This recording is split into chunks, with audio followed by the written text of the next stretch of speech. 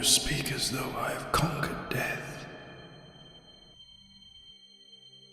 I live death every day.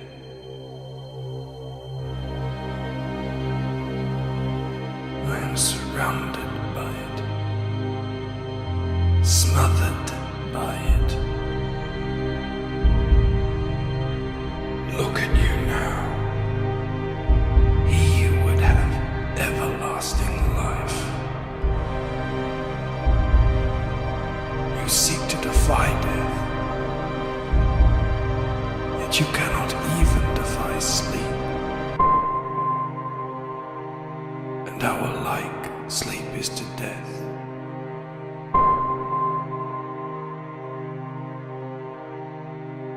It is a painted death.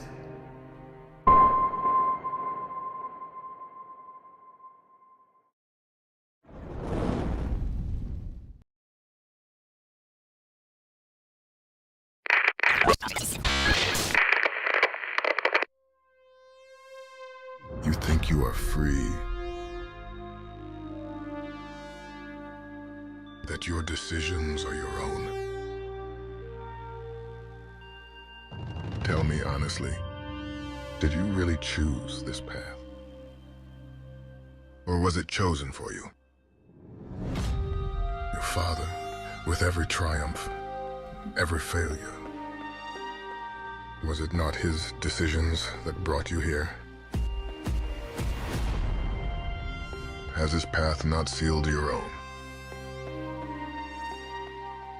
Marked out in golden bricks below your very feet. The path is set. Keep your head up. Keep your weapon loaded. Follow the battle brick road.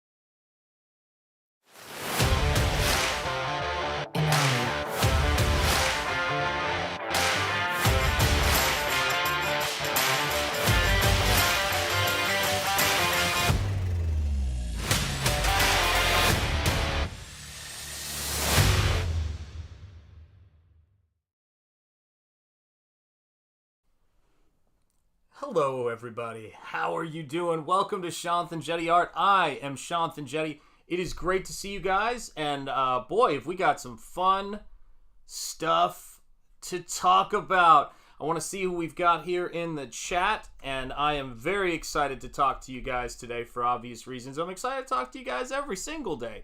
But let's see who we've got up in the chat here. We have got, of course we've got in the chat the mighty Eric Weathers. What is up? 600 pounds of comics.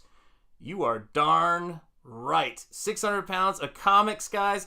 Go check out battlebrickroad.com and back Battlebrick Road almost to 30K last time I checked. I'm very excited.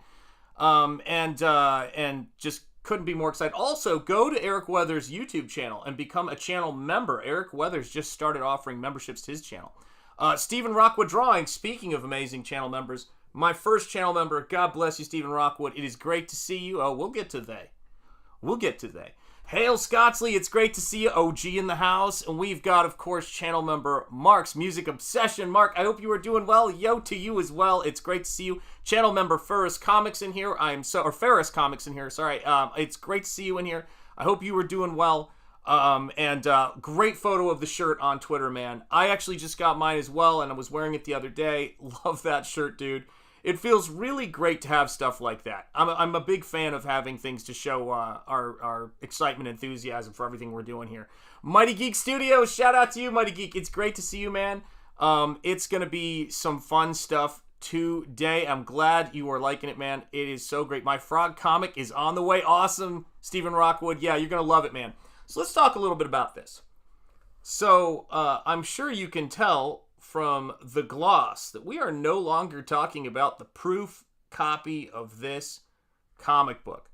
I have got the printer, the freight company delivered the books yesterday, and I spent yesterday kind of just we got the books in the house, and now we're kind of, we just measured everything a bit. We're the supplies are on order, of course, and we are ready to rock and roll as soon as we get set. What I'm going to do is I'm going to be posting in a little bit, just to probably after this stream, to let everybody know you have till November 10th. I think I'm setting as a deadline to make sure your addresses are up to date and ready to rock and roll.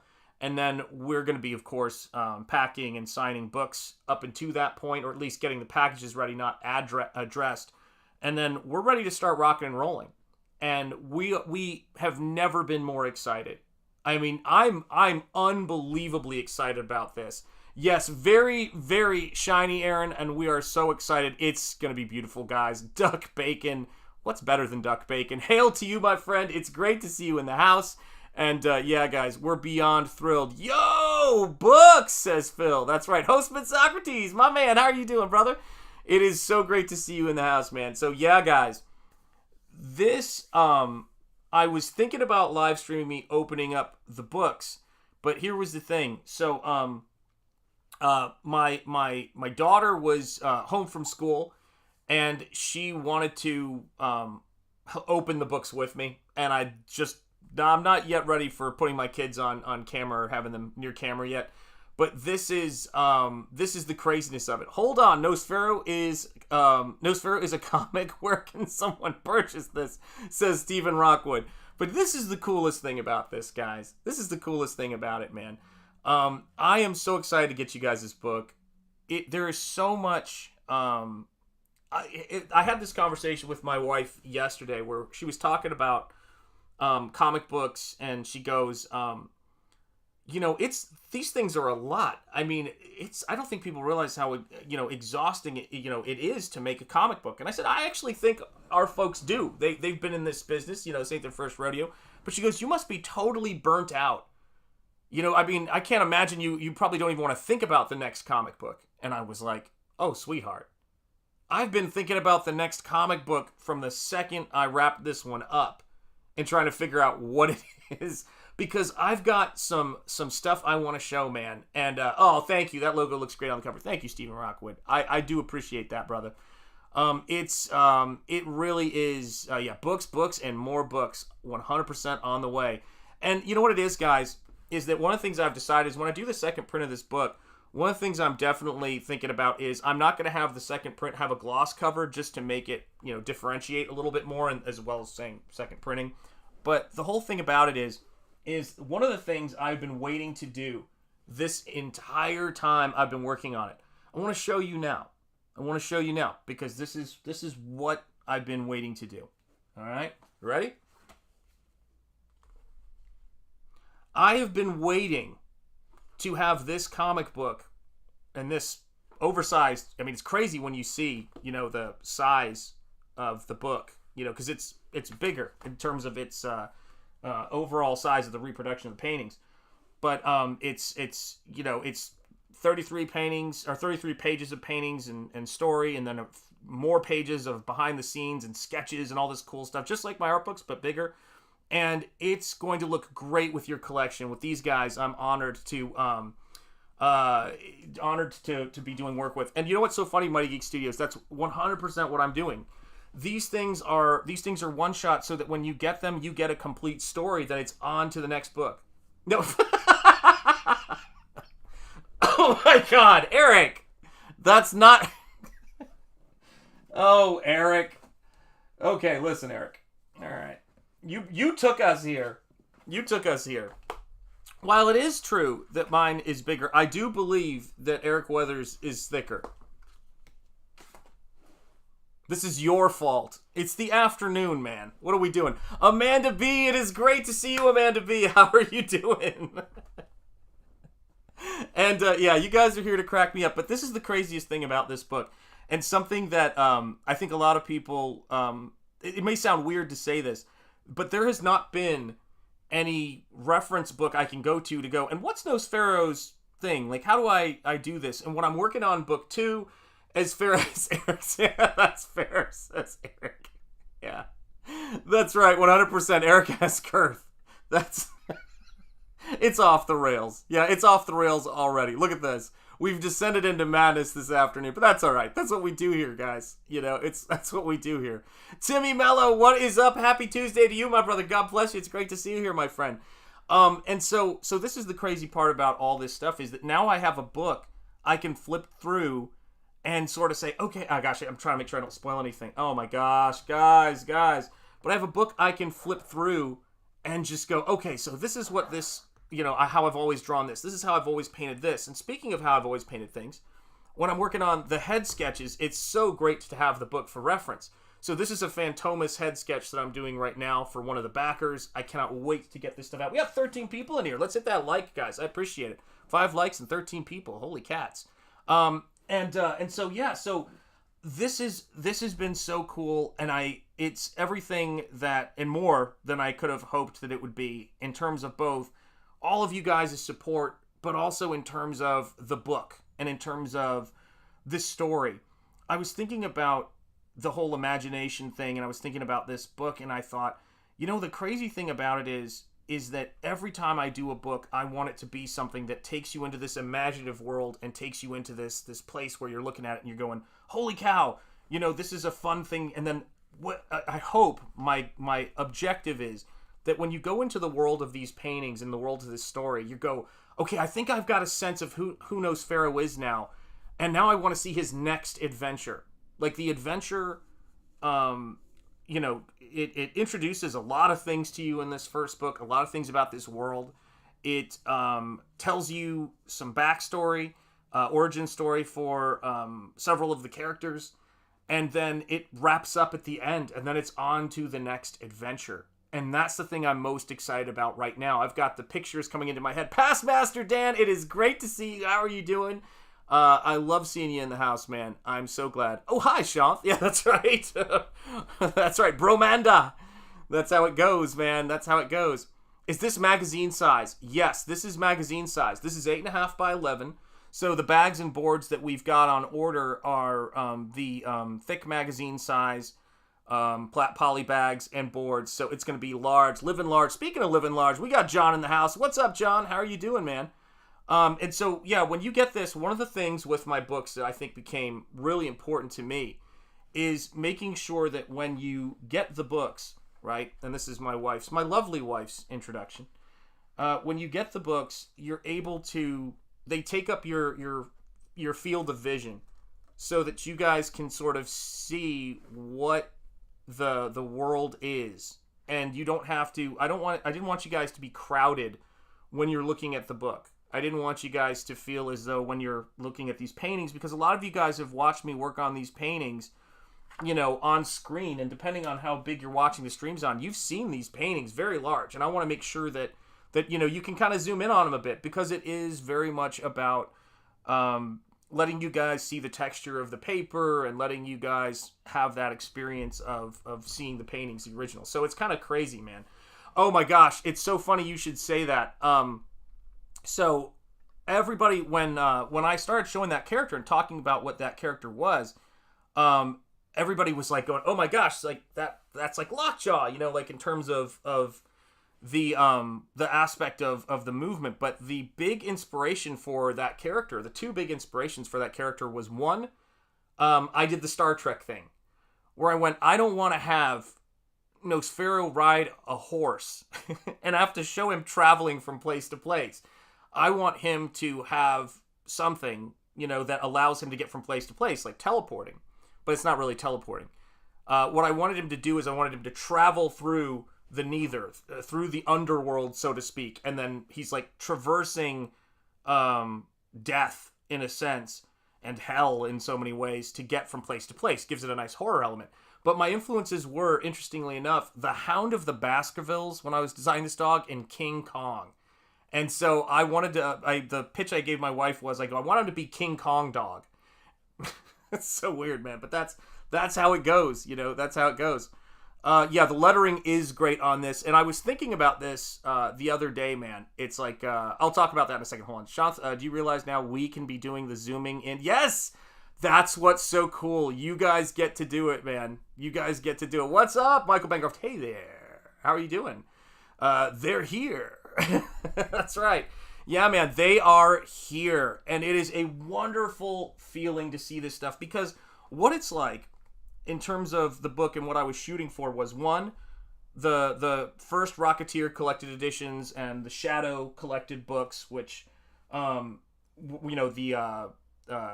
Shadow 1941. But the other aspect of it was the famous Monsters of Filmland magazine. And magazine size just felt right for this. It felt like that was the scale to go with for this type of thing. Because it's kind of, it's a different kind of thing. It's sort of a continuation of what I was doing with my art books and seeing, which, it was a big leap of faith. What's it going to be like to get 30 pages into this and doing fully painted stuff? So I came up with a metaphor for painting a comic book.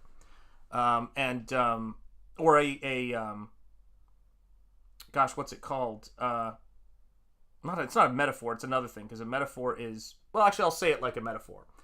Painting a comic book is eating a whale with a small child's silverware fork.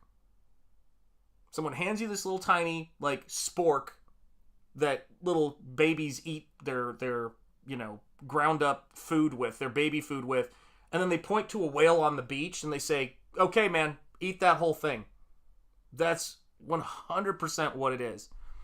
My wife poor wife has no idea what I have in store for her. Gonna build me a studio and start rocking it again. Hail Comicsgate. Hail to you, Past Master Dan. I love it. Does not seem right. The groomsman is not here for this. Okay, guys. Listen, folks. I've got some news. Okay? I've got some news. Now, I don't want you guys to do this right now, all right? Because this is where you've got to be. If you've got to do this, you've got to open it in another window, okay? That's the way it's got to be. But I want you guys to click on this link, and I want you to have it. The groomsman has just posted his first video, and I want you to go over there, drop a like, subscribe to it, check it out. It's going to be called Wednesday's Comics. Here is the link to the groomsman's first video. And it's exciting. What's up, Simply Green? Great to see you in the house. Channel member Simply Green. And of course, channel member Timmy Mello. 100% the whole thing. Now, oh yes, the whole thing. The entire whale. That is what it is. Sporking whale. Oh my God, Past Master Dan, you're killing me. I've never had the attachment to floppies as some of the comic peeps do, so I lean towards the graphic novel format. Yeah, I love them both. I gotta be honest. Floppy comics and Graves, I'm the same way about both of them because I dig them both. But this is the thing. When I'm looking at this stuff and I'm looking at the work, added to watch later list. Awesome, Scottsley. Thank you so much. Liked and subbed, said Timmy Mello. Is the groomsman face is in this first reveal? I think he's been on, when we did the closeout, I think he showed his face. I could be wrong. But this is his face reveal. Yeah, you can see his face, man. You can see his face. Liked, commented, and subscribed. Right on, Hostman Socrates. Thank you so much, man. Yeah, and so this is the crazy thing, right? This is the crazy thing about it. For me, the first comic book I ever really was conscious of was of course, the first graphic novel edition of Teenage Mutant Ninja Turtles. There was a publishing company called First, and it was square bound, and it had this, it was printed larger, 8.5 by 11. It was great. You could throw the thing in your backpack and read comics, and it was really awesome. And with Nosfero, the thing about it was I was thinking about the Dave Stevens books, the Prestige format books, and I wanted to spend a little bit more money. I wanted to spend more than a little bit of money to make sure that the paper stock on the interior pages was great, that it had a lot of reread quality to it. Not which is a different thing. But I wanted to make sure it had a lot of rereadability to it, and I wanted to make sure that, just in terms of, if you get enough, like I gotta be honest with you guys, we're looking at the Second Chance campaign for this book, and I said to my wife, I go, if these guys are anything like me, then I think the Second Chance campaign is going to be really exciting, because I think I might have 5 or 6 different versions of the Rocketeer, because I like to have copies to read. What am I saying, 5 or 6? I probably have every version of the Rocketeer that's ever come out by Dave Stevens, because I love to be able to flip through my comics, and sometimes I want to keep one copy, the reader copy. Like when you guys see the Kenneth Rocafort cover when I grab Battle Brick Road, it's because I've bagged and boarded the Eric Weathers cover in my Comicsgate long box, or short box actually. In my comics, for me, it's more like a short bus. But there's something fun about having different formats and sizes. I think people are going to do that. People will experiment with that stuff more and more. And I'm into that stuff, man. Yeah, the book reads like a movie. That's the objective, man. Jelly, indeed. Hail, Shanth, what's up, Green Laser? How are you doing, my friend? Shanth, did you see that Kelly Jones has an independent Dracula book coming out? I won't be buying that. Yeah. Oh, I'm going to be buying that. That's awesome. Yes, I wanted to get the Kelly Jones, you guys know what it's called, but it's the black and white art edition. It's basically an artist edition, but without, copyright infringement.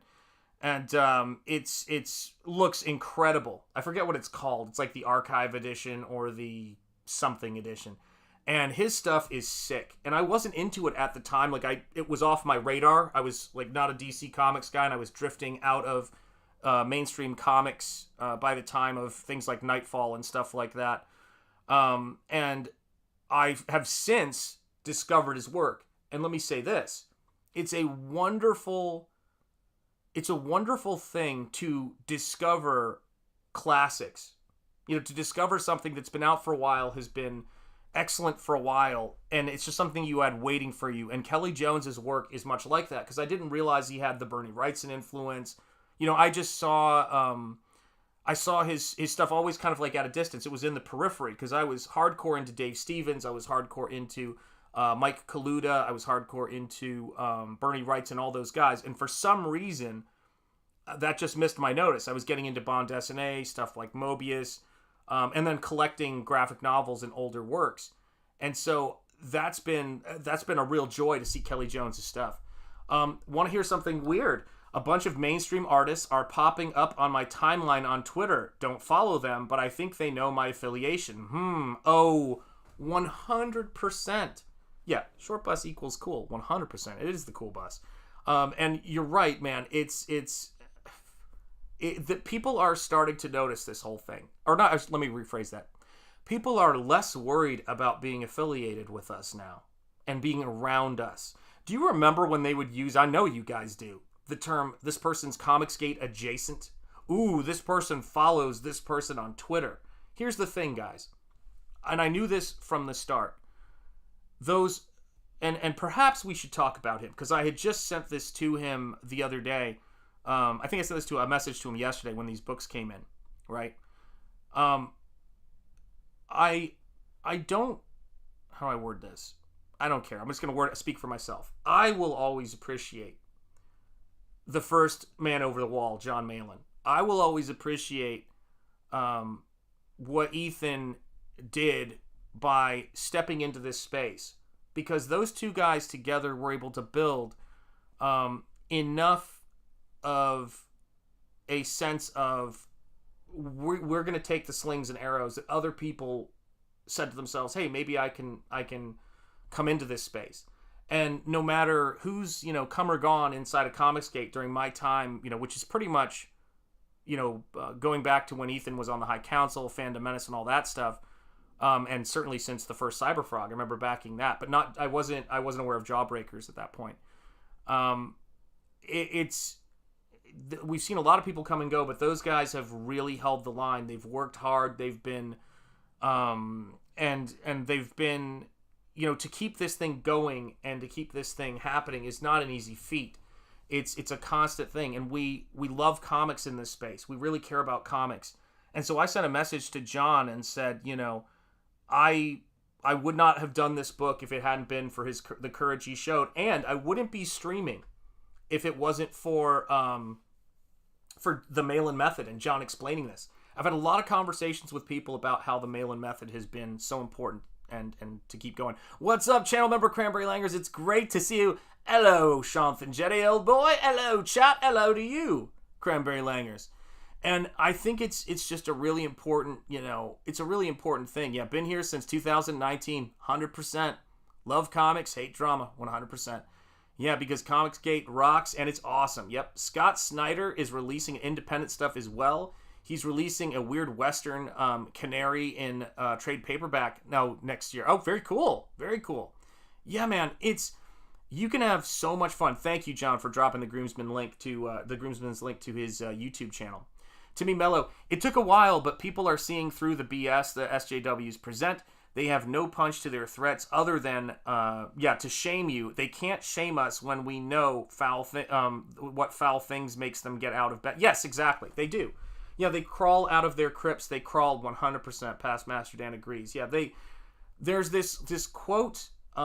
There's this quote that I love from Atlas Shrugged where she said, it says something to the effect of they nip at us from their rat holes, and it's very much what it is. It's 100% that 5 or 6 years, 5-6 years now maybe, and that was on the tail of Gamergate. How I heard about this kicking off, popped over, checked it out, never turned back. Yeah, and I think what the strength is that I think of the Image guys a lot, and I think about how hard it was for the Image guys when they were trying to get started, figure out distribution, get comics out, and they suddenly found themselves in the deep end.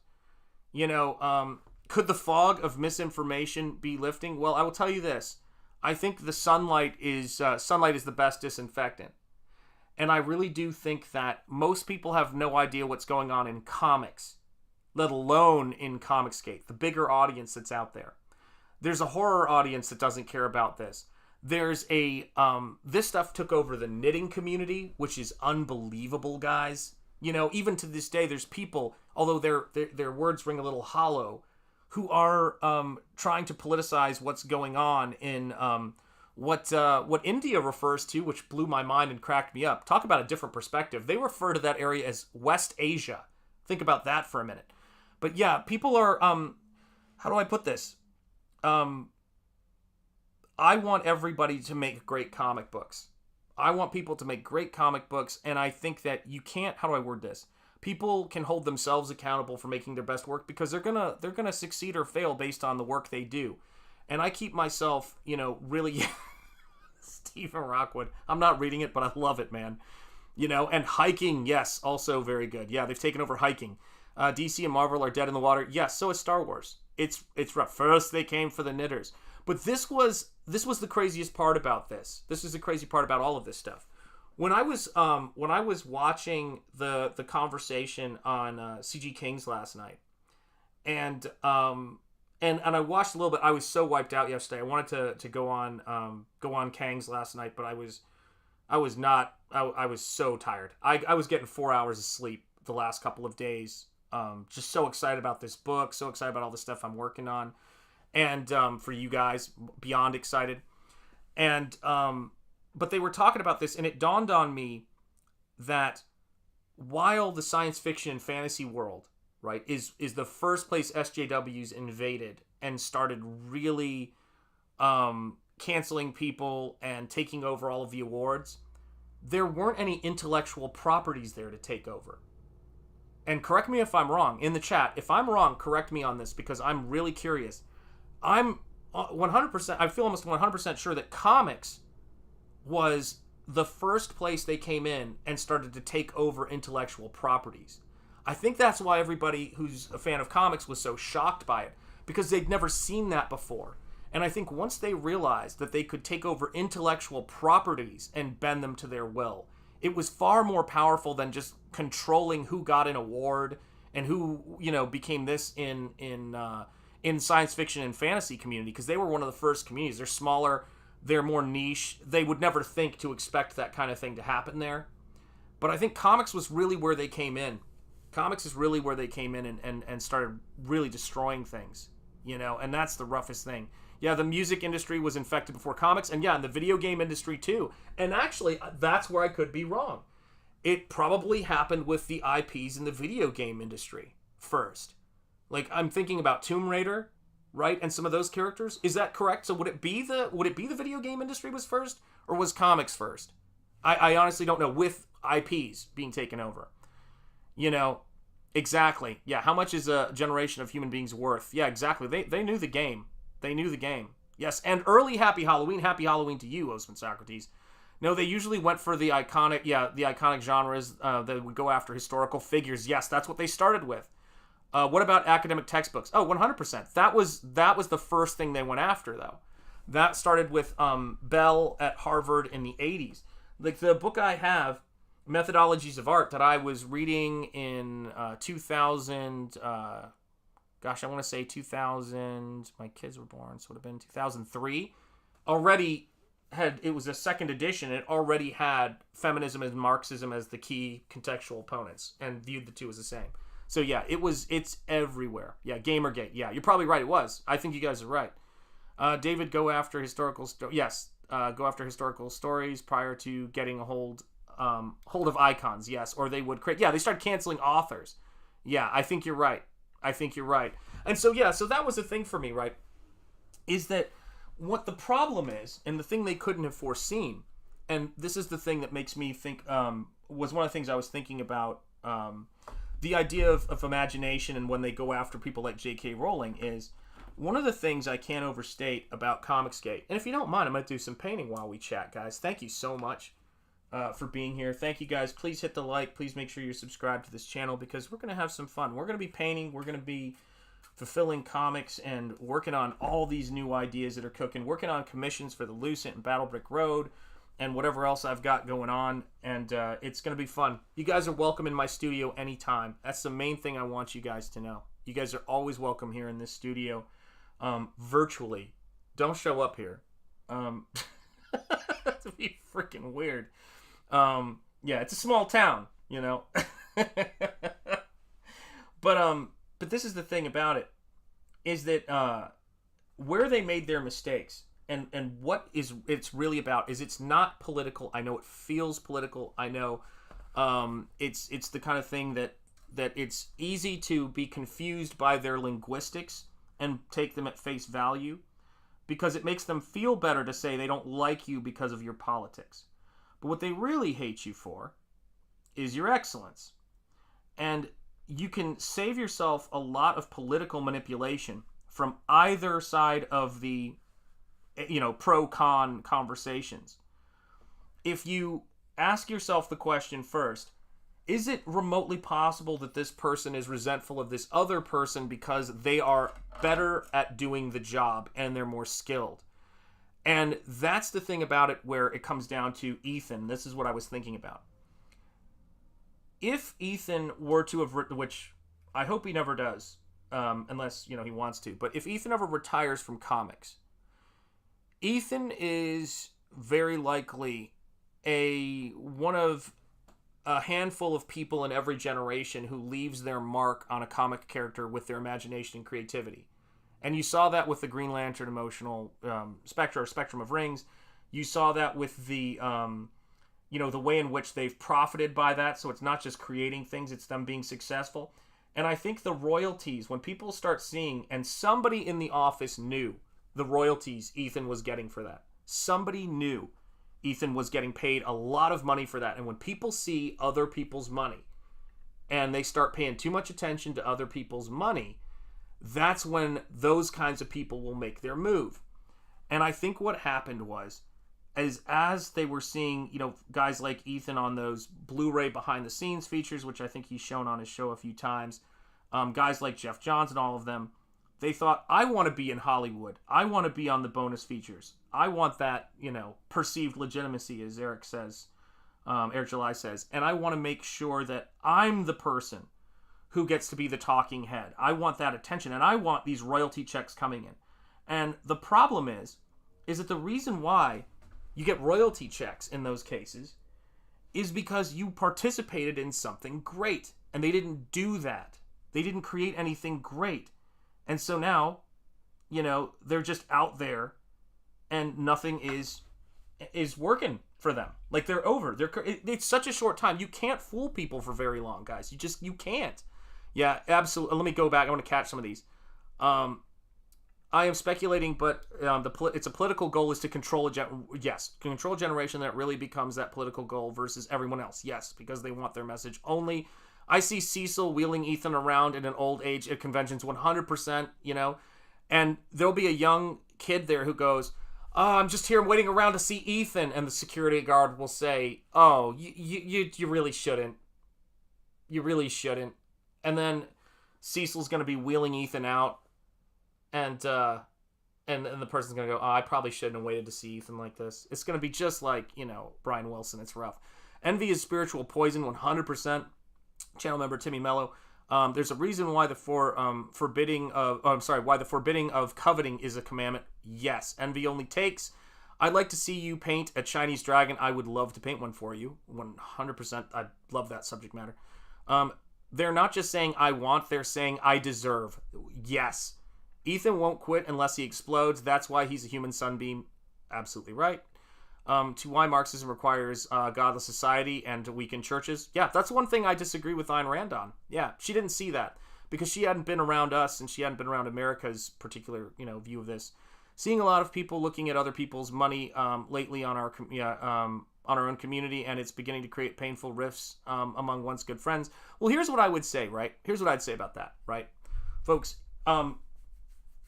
people sometimes, and I say this a lot, sometimes it's important to take a break. Sometimes it's important to take a break from those conversations when people are getting themselves all worked up. That even goes for the subjects of the conversations. I don't know. I can't imagine what that's like. I'm sure it's exhausting. And just kind of spend some time and chill out with people. And it's a crazy kind of thing because it's a lot to do this. I know that stuff went on back in the day in comics. It happens in any industry. It happens in any group of people. A friend of mine used to say that what do you call two people? A relationship. What do you call three or more? Politics. And I think it's very true. But I think that, can you imagine what Peter David and Todd McFarlane's debates would be and their back and forth would be on Twitter back in the day? And I am quite sure that that Todd McFarlane and folks like that, that's all water under the bridge at a certain point. At a certain point, you kind of age out of conflict. And like any group, it has its growing pains, or like any, you put any random collection of people together and you're going to have this, man. I remember one of my favorite things. So for those of you guys who don't know this, on Double Impact with Gabe, Jericho Green, and apparently myself as well, as Dean Cain has said, I still can't believe that, we're going to be talking about Ghostbusters. And one of the things I've thought about the most, right, was the rift between Bill Murray and Harold Ramis. And you want to think about a rift between friends who came up together. That's a pretty dang good one / bad one, if that makes sense. That's rough. And I remember when I heard this story, I loved it, is that Bill Murray knew that Harold Ramis wasn't well. I think his daughter talked about this. And when he found out, he got on a plane, flew to Harold Ramis's town, and said, "Take me to the police station." He went to the police station. He said, "I'm Bill Murray, and I need someone to take me to Harold Ramis." And he went to Harold Ramis's house, and I think at that point he was in bed. He wasn't doing well. And they talked for a really long time. It gets me, man. They healed their stuff, and they squashed that because in the end that shit doesn't matter. It just doesn't matter. Do you know what I mean? And I love that story because at the end of the day, yeah, Ramis is a weird dude. Yeah. At the end of the day, one of the biggest things that people are just people. People do things that sometimes they look back on it and I mean just in general, like I'm thinking about myself. This isn't some blind item BS. But if you haven't had a relationship with somebody or interaction with somebody, and not because somebody told you, not because someone guilted you, not because someone's like, "Hey man, you got to do this or you got to do that." I mean this in the most sincere sense, where you said, "You know what, I got to call that guy." I've had wonderful rebirths of friendship once all of this stuff, once the tense times pass, because someone had the brains to pick up the phone. And I gotta be honest, not the brains to pick up the phone when there hasn't been any kind of like actual change. You know, you gotta sometimes take a pause. People sometimes need to take a pause and not be reactive so that they can just look at things and maybe come up with a response. You know, there'll always be somebody trying to get you to let your amygdala answer questions. And it's not worth it, man. Yeah, I'm not crying. You're crying, says Past Master Dan. Past Master Dan, I think we're both crying. That's our love right there. In the perspective of eternity, our squabbles are so meaningless. Let me tell you guys something. Here's a little bit of dark optimism from your Uncle Shanth here, okay? And this is the reality of it. I happen to live near a very beautiful historical cemetery. And when I walk through it, a lot of times I think to myself, because it's a beautiful path, and you know we've gone there to pay our respects to people in our community.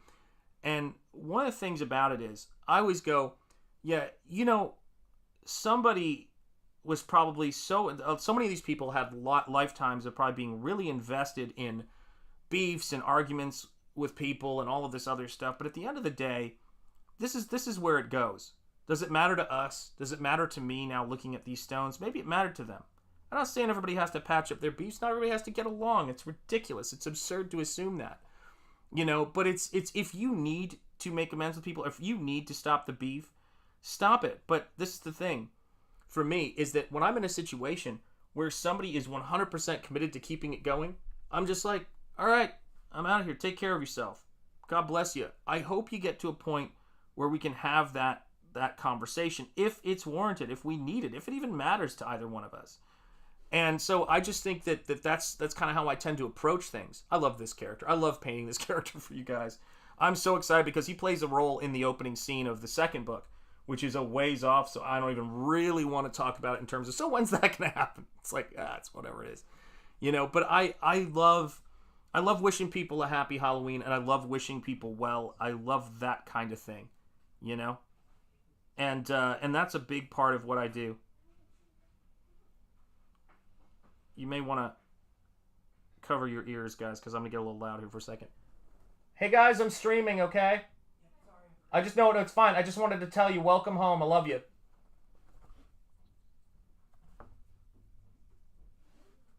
That's the important stuff. That's the important stuff, guys. Yeah, that's what you guys help make possible. Thank you. Thank you for being channel members. Thank you for all the super chats you guys send, which is still insane to me. Thank you for backing the books.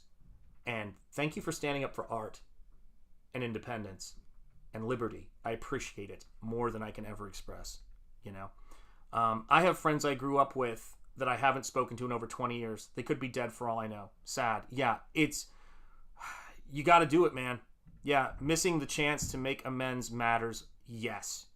Yes. And I will tell you this, man. My favorite quote of all time is, resentment is like drinking poison and waiting for the other person to die.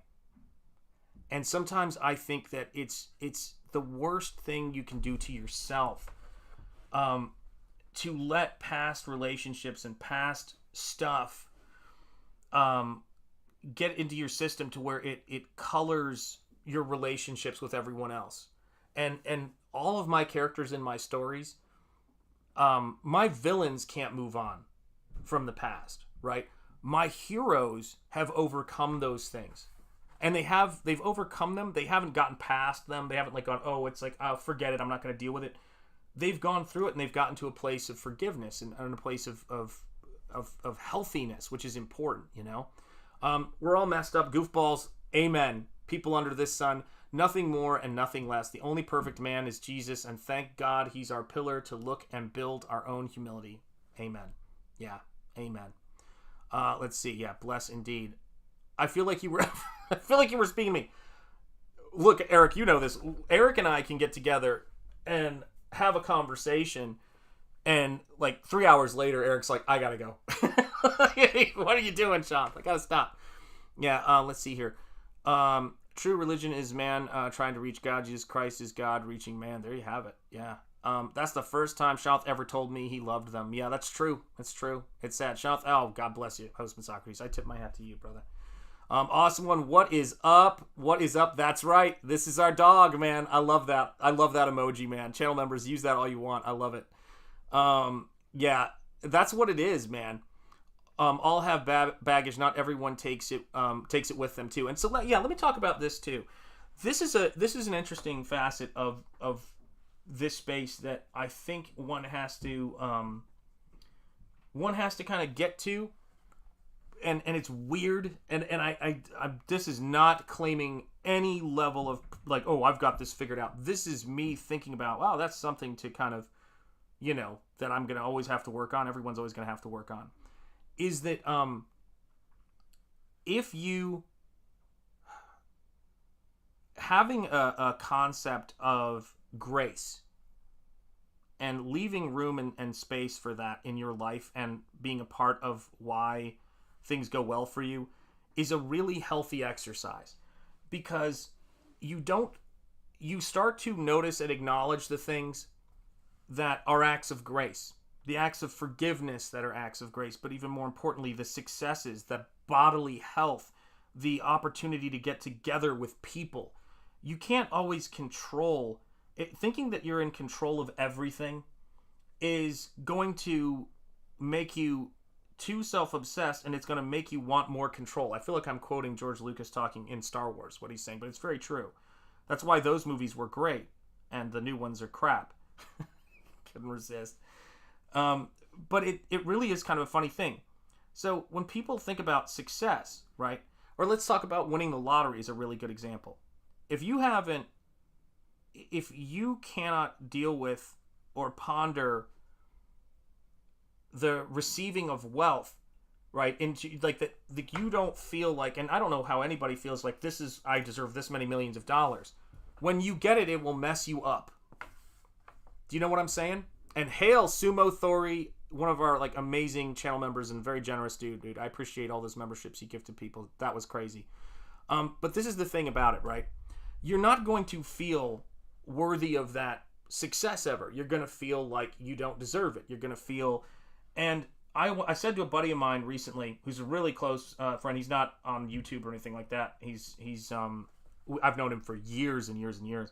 And I said to him, you know why I think you like to buy lottery tickets? And he said, why? I go, because you feel comfortable with not winning the lottery. And I said, I want you to imagine for a second how you would feel about buying a lottery ticket. Because this is the metric for me. If you were guaranteed to win, like if you go buy a ticket, it's going to be the winning ticket, the next one you buy. Would you get like, oh man, something came up, I couldn't make it there. Like how tough is that? Because, being open to the caprice of fortune as well as the caprice of the fates is a healthy exercise for people. It's healthy for people to kind of go, okay. And so when I back comics or when I'm, supporting people, I'm never supporting perfection. I'm opening myself up to whatever beauty or interesting stuff may come from it. I'm not trying to be disappointed, and I'm not trying to have it save my life. I'm having to have it be, wanting it to be a part of my life. And if I hadn't opened myself up to the caprice of the fates as well as the caprice of fortune, I never would have made this book. Ever. It would have never happened because I'd have been too terrified. Hail Paulus Arts, it's great to see you in the house, my friend. Is this one of the head sketches for the campaign? Yes, Sumo Thori, it is one of the head sketches for the campaign. It's for a very, very special backer, which is all of these backers, man. And so, yeah, this is the Phantomas head sketch. Yeah, very excited. Very excited. This is going to be, we talked about this before, but the Laurel head sketch is the only Nosfero painting of Laurel that is owned by anyone that's not me. And this head sketch of Phantomas is the only Phantomas painting that's going to be owned by anyone but me. And so that's the coolest thing. That's the coolest thing about doing this stuff for all of you backers. I mean, the first Bride of Frankenstein painting, let me see if I can make sure on this one. I want to confirm this in my head. Yeah, the first Bride of Frankenstein painting I've ever done in my entire career as an artist is going to be owned by a head sketch backer on this book. Oh, Oh, yes. Oh, yes, channel member. They have. Check it out. They are here, and they're beautiful.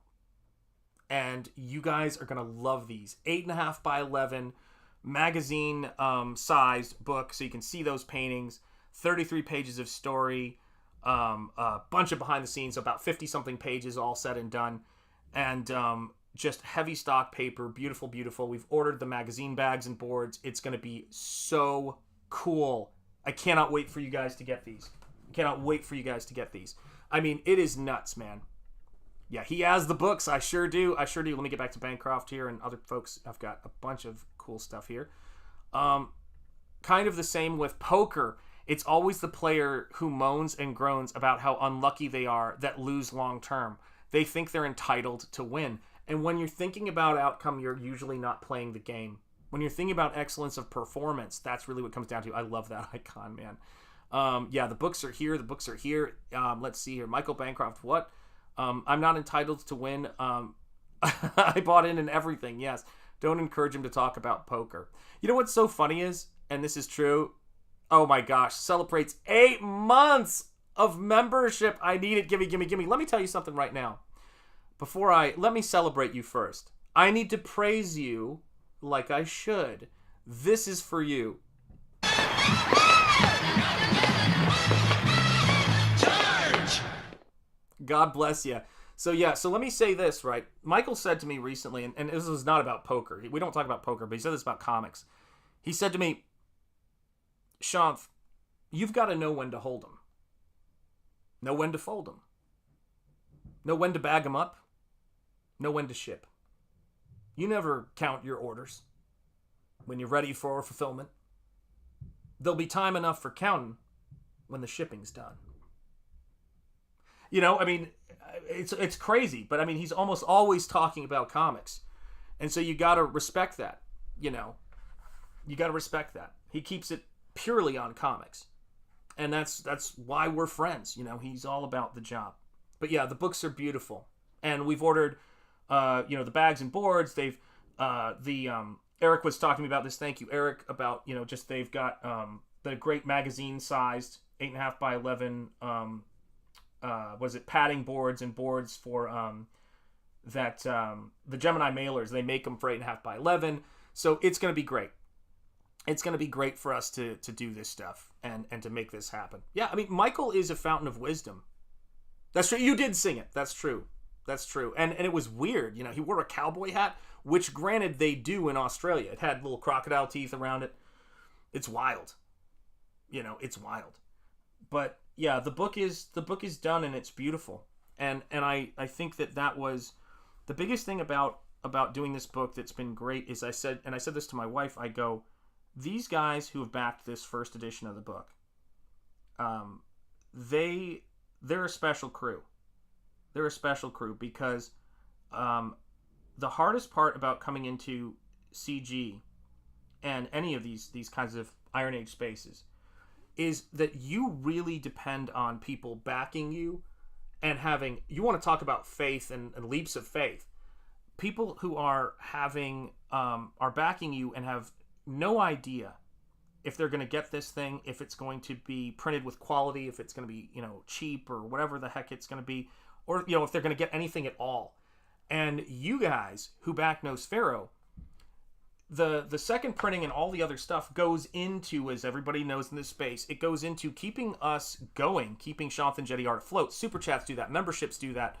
All this stuff does that. But it allows us to keep doing this stuff. And I didn't want to re-release art books because I thought that would be an affront to Comicsgate, and I refused to do another campaign until the books were printed. And we've put each one of these books, the metric for each one of these books, just the production and everything and the shipping of these books is probably going to be somewhere around $25 each. It's going to be something. So and in terms of my head sketches and the stuff that I do, let me say this. Use code WEATHERS at checkout to save 10% on your Gemini mailers order. I will.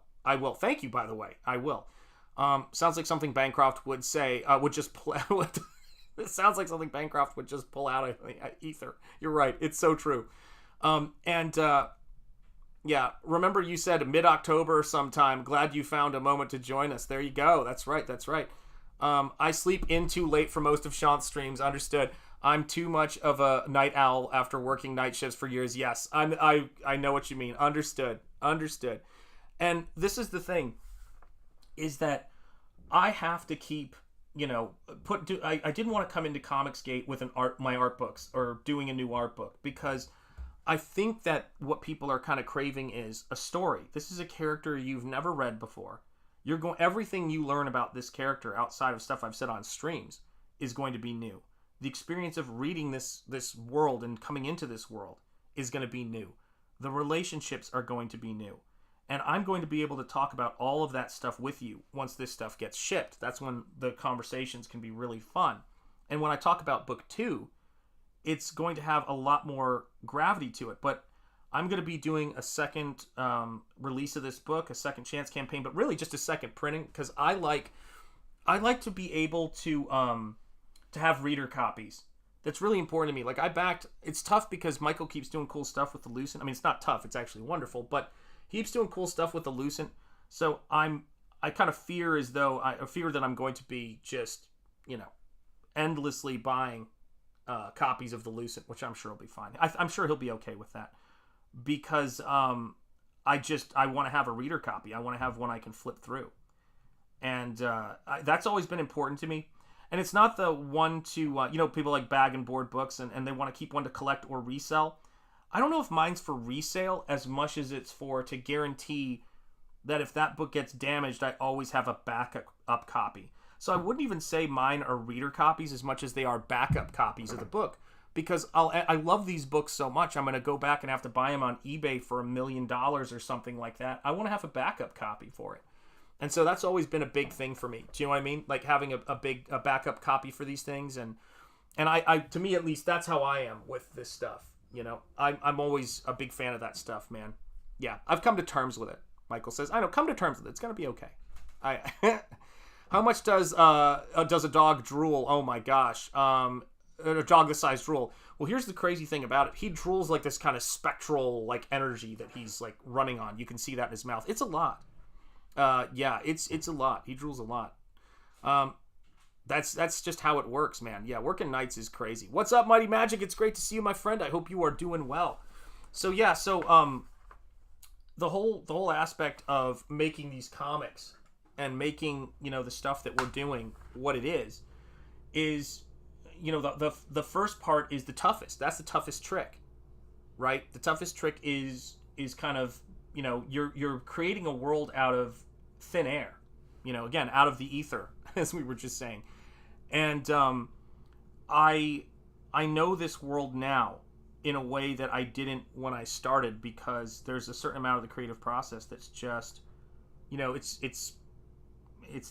just the caprice of the fates. It's fortune. There were things that happened story-wise. There were moments that happened story-wise where it almost felt like the characters were, you know, I knew them and I knew what they would say in that moment, and it became beautiful moments.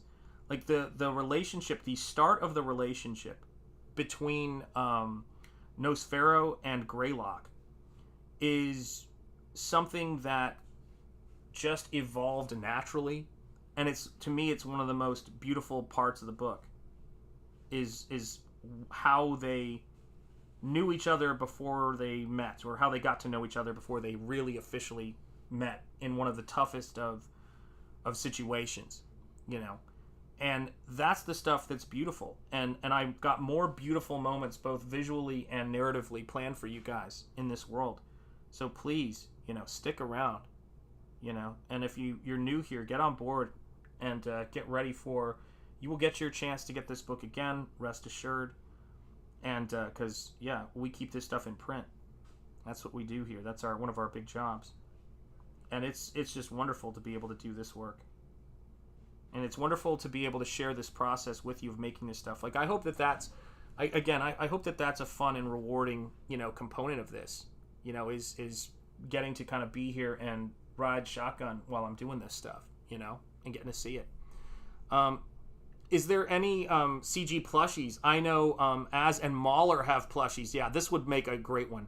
I still want a plushie of this magnificent dog beast. Understood. Yeah, I would love to see one too. The peacefulness of the night can give you time and space to think. That's how I do it. Yeah, I think a lot at night. Well, the insomnia as a kid probably led to staying up late. Yep. I get 2 copies because the first copy always... Stop it. Stephen Rockwood. Stephen Rockwood. You're cracking me up, man. As always. Yeah, but it's I like monsters. I do feel like horror is coming back in vogue in terms of, in a way that I don't know if that's a good thing, in terms of the way we've seen pop culture go, but I do think that generation, what are they called now? Generation Alpha, because now we've got a generation after Z, which is, they are the opposite in many ways of Generation Z, which is great in some ways. But I know that Five Nights at Freddy's, that movie, is coming out this Friday, and as someone who had kids growing up during that whole phenomenon, which has lasted for some time, I think it's going to be a massive hit that people are not prepared for. I could be wrong. Come back and check me after this and go, hey, Shanth, it bombed, at the box office. It didn't do well. But I think it's going to do really well because I think that it's a world that a lot of people have fond memories of, who I guess, played those games. And as I've said, if I've heard of something that is not my generation, then it's going to happen. Mark Poulton makes them for all of his books. Oh, plushies. I did not know that. I want a plushie of the Noble Doggo now. Yes, man. Yeah, I love that kind of stuff, man. I do. If I could find somebody who did that kind of work, I would absolutely do that. I would absolutely. I think more and more. So people are really jumping on those Iron Age t-shirts right now. And I'm actually working on... don't tell anybody. I'm working on one, and I'll have to, of course, ask Ethan if it's all right for me to do. But I'm working on... And I always run stuff by him anyway because... that's the cool thing about being in this space. But I'm actually working on one of those very ornate sort of logo designs like I did for the Iron Age for CG. So I'm really excited. I'm going to see what I come up with. But the Waffle Lodge, Late Night Waffle Lodge shirts are selling well. The Iron Age shirts are selling really well because people wanted to be able to say, where do I go to just have something that says what this is? Because, when I was doing... videos for Ethan and stuff like that, a huge part of that was, and I still would, I mean, if he hits me up, he knows. I hope he knows. But the whole thing about this stuff is that it's nice to have something that you can kind of feel like, all right, this is how I show my support for this, because Marvel and DC and Disney and all of these various groups who've been doing this for a while, they've got all this stuff for people to show their fandom, and we like stuff like that. We like t-shirts. And so it felt really good when mine, because I had to order it myself, my Iron Age shirt came in. I just put that thing on. I was like, yeah, we're doing it. I'm going to do a Shanth Enjeti art one, too, even if I'm the only person who buys it. Let's see. Make them some foam squishy head things. Yeah, there you go. I read, I had a DVD. Gosh, my glasses. I had a DVD graphic novel combo that Best Buy was selling that somehow dropped some kind of liquid on it. Oh, my gosh, without knowing it. When I opened it up one day, oh, no. That's terrible. Oh, I got my shirt. By the way, it looks great. Awesome, Stephen Rockwood. So glad, man. I went in, because originally it was just a thing I was putting up for a title card and for online. I went in and remastered that thing in HD in Photoshop, because it wasn't created in Illustrator, because I wanted to sketch it out. And I love Illustrator. Do not get me wrong. Illustrator's awesome. But, yeah, people are really enjoying getting to have that shirt, because people see it, and they just recognize a cool design. And I think that's the thing about it. People want cool stuff. We got to make cool stuff, right? The rule of cool, right, Mike? And the rule of cool is an important thing. Nosfero, people are going to see this and they're going to go, oh man, this is cool. I've got to check this out, man. It's wild. Steven. Oh, Steven. Yeah, but I love, like I've got, somewhere in here, I got to order a larger size, man.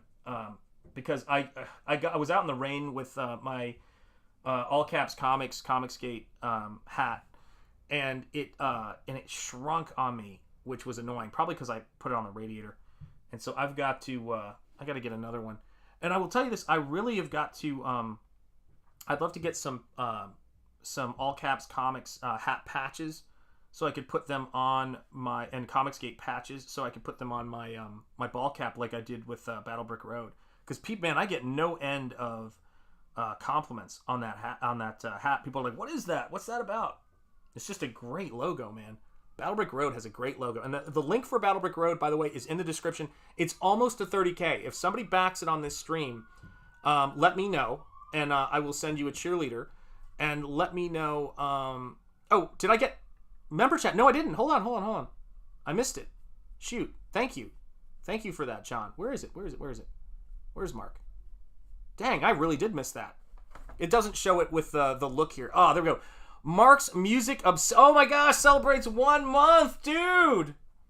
Congratulations, Mark. Mark's Music Obsession celebrates 1 month of membership, not as a long member, but I made it to the party. You did. And 1 month.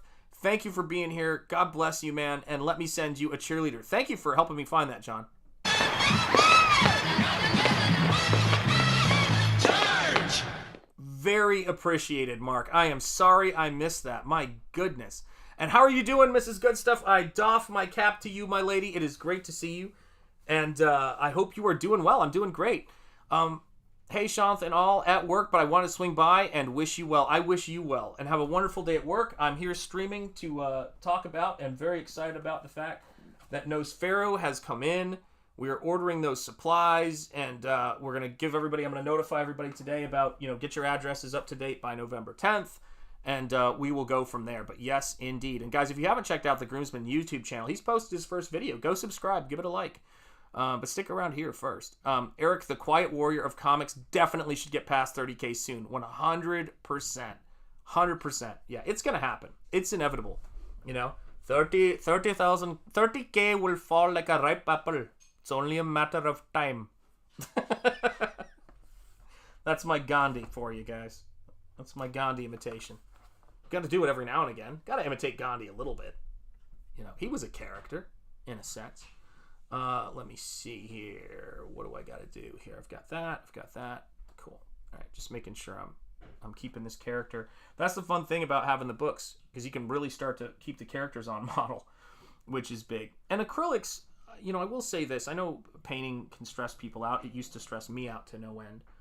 But painting is very forgiving. I actually think that most people artists I know are much more stressed out by pen and ink than they are with painting, because I think you can adjust pen and ink as well, but man, it's a whole different thing. It's a whole different thing in terms of accuracy, because you're really having to define things with these very precise lines. I paint in a very precise way. Like I paint like a drawer still, because comics is my origin in terms of my work. So you can see that when you see this stuff. You can kind of get a glimpse of what my pen and ink stuff would look like. Yeah, Makeship does plushies. Wow, and that's how Az and Mahler got theirs made. Very cool, man. Holy cow.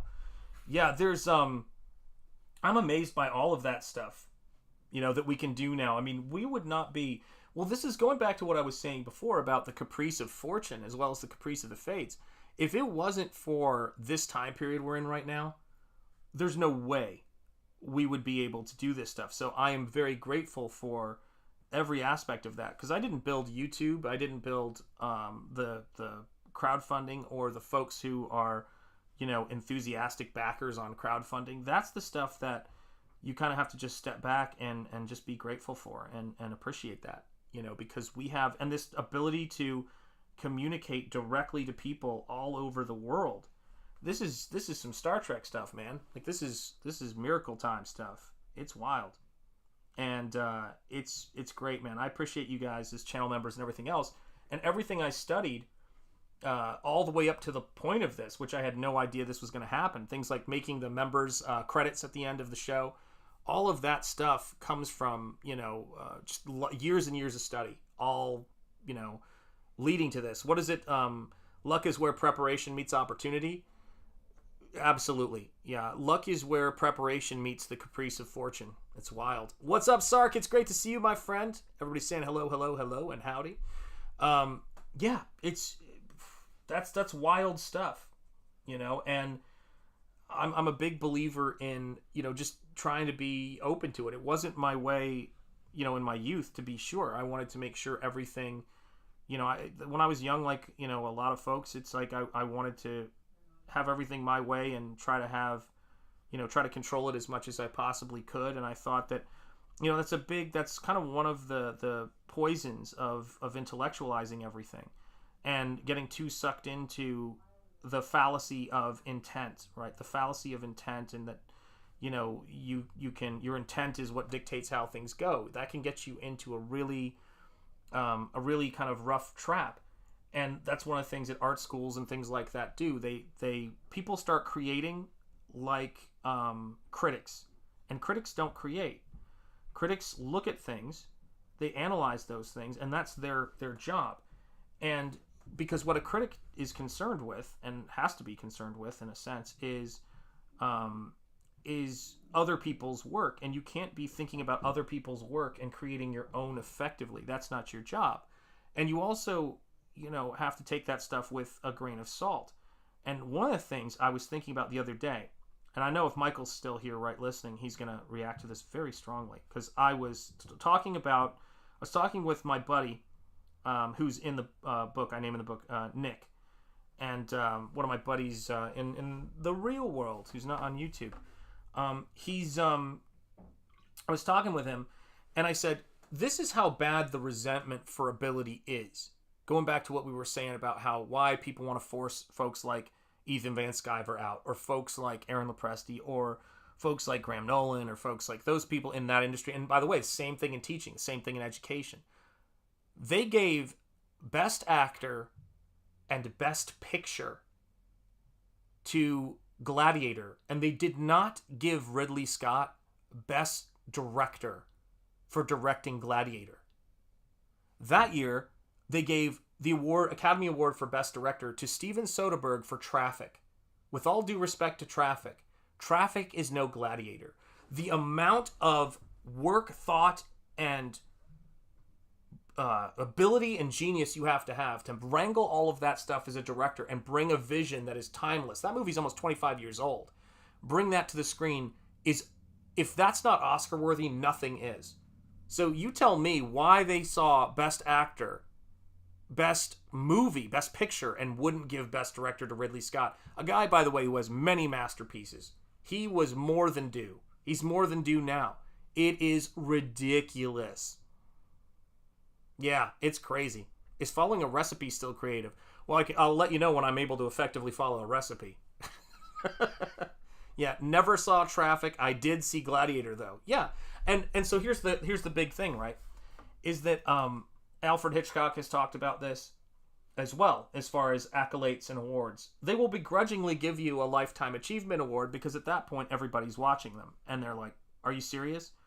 But if that's not the God I pray to. You know what I mean? That's not, and I'll use every cliche I can on that one. It's not the hill I want to die on either. I want to entertain people, and I want to make beautiful work. And once I realized that the world of academia and the world of all of those things, it's a lot of status chasers. They want that award. They don't care if them winning the award demeans the award. They just want the award. They don't care about excellence, and they don't care about the craft. And if you're somebody who cares about the craft, that is the best. That's the best thing to moor yourself to, is things you do, not things you think. And I think we've created a generation of artists and folks who think that an artist is what they're thinking about as opposed to what they're doing, which is bizarre. No other field would say that. What's Traffic? There you go. I don't even remember Traffic as a thing. I do remember Gladiator. That's very true. Yeah, it's a popularity contest. Yeah, it's a clique. You're so right, Frankly O0. You're so right. It's a you're hip and you're with us. And sometimes people confuse a group of excellent people with being a clique. And sometimes people confuse excellence with popularity. And people seeking popularity is the same thing as seeking status. It's the exact same thing. They're one and the same. And if you seek excellence, you may become popular. But if you see popular and excellent, another quote I'm paraphrasing, stealing. If you seek excellence, you may become popular and excellent. If you seek popularity, you will not become excellent, and you will probably not become popular. It's the weirdest thing in the world, right? It's so crazy. Yeah, there's a reason we remember Shakespeare being, oh gosh, where is it? There it goes. There's a reason we remember Shakespeare despite being there being better plays. Yeah, and I would also say, though, another aspect of it is there's a reason why they've tried to eliminate Shakespeare from curriculum everywhere. Tom Cruise and Tim Curry as the devil. There you go. Yeah, Legend was crazy, man. Love that, and I love the both scores to it. Part of better, in my opinion, is capturing the audience. Yeah, when it is. It's capturing the audience. Like, how do I word this? The fact that someone comes up to me and says, what do you think of BioShock? What do you think of Five Nights at Freddy's? What do you think of Red Dead Redemption? I don't have an opinion on those things because I don't really play video games. But the fact that someone's coming to me and asking me my opinion about a kind of media makes me think, wow, there must be something there. I don't second guess it. I just go, oh, that's cool. I'll look into that. What's up, Marcus? How are you doing, my friend? It's great to see you, man. And I love that stuff. I love how that stuff works. Yeah, they are separating humanity from the classics on purpose. Yeah, and here's the crazy thing, right? That's why I buy physical media. And that's why I think it's so important for people. On YouTube, almost all of the classics are available as audiobooks. You can listen to them anytime. Spend this Halloween, when you get a chance, put on, the abridged version of Dracula, because that's the only one that he did this for, and listen to Christopher Lee, Dracula himself, read you Dracula, and do all of the character voices and everything. He was an incredible actor. You got to hear him doing Quincy's Southern accent, man. That alone is worth the price of admission, which is free on YouTube. Listen to Atlas Shrugged. That should take you a long time. That should, give you some time to listen to it. But this stuff is out there, and it's really interesting. It's really interesting. I watch video, even though I don't play video games, because I can't paint, which is my hobby and my passion. So when I take a break from painting, I like to paint and draw and write. But I like to watch video game playthroughs. A lot of times at night I watch video game playthroughs because I want to know about it. I'm interested in everything. I'm passionate about fantasy and what people do. I like to watch stuff. Yeah, amen to that. 100%. Yeah. And that's the thing about it, right? I want to see what other people are doing that's excellent in other fields, and I want to see what other creators are doing. And I have no problem celebrating other people's excellence, which I think will keep you happier and healthier in the long run. If you can acknowledge other people's excellence. Acknowledging other people's shortcomings and how you could do better at a particular thing, I don't know if that ever gets anybody anywhere. And I also don't think not being able to acknowledge your own successes is a good thing either. So let's not get confused. I see a lot of people who are really great folks who struggle to celebrate themselves and sort of say, hey, I do a lot of good things for people. And it's always a pleasure for me to compliment those folks, because I think that, there's special ed teachers in schools who work with kids all day. It is exhausting work, doing really admirable and amazing work and showing the patience of saints. It's incredible. And I would say you can't ever go wrong thanking them and letting them know they're doing incredible work. And the same thing goes with nurses and doctors and all of the folks who take care of people that we care about. You know what I mean? And I try to say thank you and show my appreciation as often as I can, man. That's a big thing for me. It's a big thing for me, Yeah, absolutely right. Yeah, sorry, the glasses are falling off my face. Easy to learn, hard to master, leaves a lot of room for improvement. If everything gets nerfed to the lowest common denominator, the same gameplay becomes impossible. You're right. I want to see people, I don't want to see people deliberately, I don't like when, I'm sure you know what I mean, Simply Green, the faux challenge, right? Like, so someone gives you a story that doesn't make sense and they say, I want it to challenge the audience. But I know exactly what you mean when you see movies like Lawrence of Arabia, or you see, anything that takes physical mastery, like painting and things like that, and you see people work on it. I love that it doesn't meet me halfway. Let me see here. Shanth, I stopped praying for patience as I got tired of waiting at red lights. Yes, 100%. Yeah. That trend has led to making games that are bland and trying not to offend anyone, such as Starfield. Yeah, there you go. Yeah. And this is the craziest thing in the world, right? For me, the doors that open in front of you are as good at directing your path as the doors that close in front of you are great at directing your path. What is that famous quote? Too many choices will make tyrants of us all. I think that's really true. And the limitations to me are the thing that inspire me. Thank God every day for your limitations, and thank God every day for your strengths, and frankly, thank God every day for your day. I try to do that all of the time. Sometimes the universe is kind of trying to steer me in a direction, and I'm glad that it doesn't mince words. You know what I mean? I'm really glad that I don't, because if I had a chance to argue, oh my God, it's it doesn't matter because the universe don't care.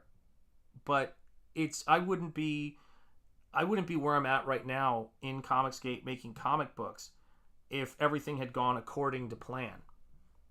And according to plan is a very weird thing, to paraphrase the Joker. And yeah, we get really comfortable in our little, in the little pathways that we dig, and we get really comfortable in habit. And sometimes, and complacency, funny enough, complacency is habit forming. You know how it goes. Good news, everyone. They ruined the new Spider-Man game too, as if that was a surprise. It's woke as hell. Yes, I've heard stories, yeah. Wait. Say it again, and this time I'll try to act surprised. Yeah, there you go. I recently tried a friend of my, I tried at a friend of my brother's, at my brother's birthday party. No bueno, yeah. Spider-Man was done when they banned the mods to change the rainbow flag to the U.S. flag. Yeah, that's really weird. Yeah, I saw Adam Krieger showing a clip of Spider-Man bending the knee to Superior Chain. Yeah, I heard they ruined it. Well, and this is the funniest thing, right? Yeah, you guys are hilarious. Yeah, it's true, right? It's, have some respect for your audience. And I don't mean it's so funny. People don't understand what that means. Try to entertain people. And I will honestly tell you, I can't think of anything less entertaining than politics. Politics is where entertainment, enthusiasm, and inspiration go to die.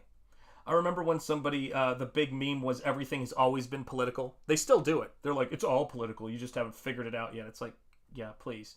Please don't lecture me at this point in my life on how I haven't figured out politics. It ain't the hardest thing to figure out. I hate to break it to people, but it ain't. I'm like, show me you've read the Constitution, then we can have a conversation. But don't tell me you're going to explain politics to me.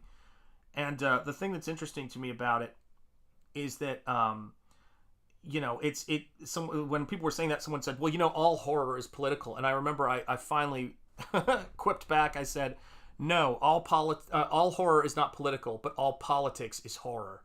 And they laughed, man. It was crazy. It's craziness. Politics is nothing but horrible. And Spider-Man is about a guy who has the powers of a spider. How the heck do you mess that up? And it's already popular. That's like being on third base and can't steal home. Can't steal home. I mean, for heaven's sake, people. It's like, you've got Spider-Man. But, like I said, it's better for me if they can't. I mean, every book of mine that comes out, everything I do, art books or whatever else, I want people to turn the pages and be entertained. I haven't got time to talk politics. I'm trying to make art. It's the weirdest thing in the world. And is it any wonder that the more political people get, the more their art starts to or the more they seem to de-emphasize craft and skill?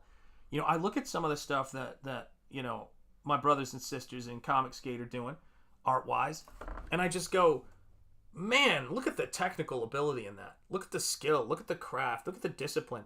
I mean, if you've ever watched Ethan Inc., which is basically like Rain Man, and by the way, the first time I ever heard somebody describe that it was like watching Rain Man play poker was Adam Hughes was talking about Travis Charest when I was interning at Gaijin Studios, and he goes, it was the freakiest thing I've ever seen. Travis would just start in the top corner of something and just start drawing it, and it was like watching it get printed out. He's like, and he's actually working with Mark Millar right now, or Mark Miller, or Mike Miller, depending on who you ask. And I love all three of those. And his stuff is crazy, man. It's so good. And Ethan has this ability, man. He has this ability to just kind of do that stuff. And I want to be with people who've got skill. That's it.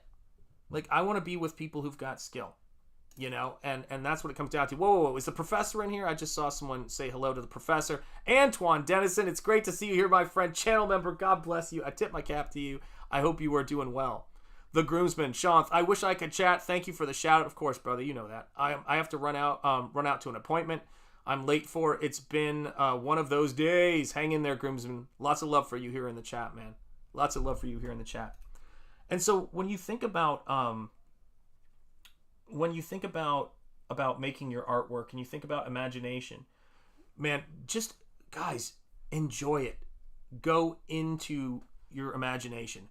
This Halloween, watch some great Halloween stuff. So there's this show that I want to watch with my wife. I'm really excited about it, and I haven't watched it yet. And the thing is that I forgot, because I saw it late at night. I forgot the next day to tell her about it. And it's this show that's kind of like Guillermo del Toro trying to do Alfred Hitchcock Presents. That's called Guillermo del Toro's Cabinet of Curiosities. And he's getting a lot of interesting directors into it. What's it going to be like? Is it going to be political? Is it going to be this? I don't know. But I'm curious to see it because the dude's work I find fascinating. You know, his character design and creature design stuff is great, and it'd be fun for Halloween. I hope it's fun. That is the goal. Will it be fun? You know, I don't know. What's up, First Watch Studios? How are you doing? Good morning to you, my friend. And hail, CG, and hail to you. It's great to see you, man. It's wild. You know, it's wild, and I want imagination out of that. I watched a documentary they just came out with a couple days ago on Netflix of the story of the Devil Made Me Do It case. And it was fascinating to watch because what it ends with this revelation by one of the kids in the family that, man, did it really it got me, man. I was like, what? Oh my Lord. That the mother could have potentially have been putting Sominex in everybody's food. But it's a really interesting story for Halloween, if you're familiar with that case from the 80s. And yeah, that was... I just want to be entertained. I want to watch good stuff that's well produced. And when I look at what, you know, Walt Disney was doing, and I look at, you know, the man, and when he was alive and running his studio, I just think, man, that stuff's incredible, guys. And when I think about comics, I think about Spider-Man.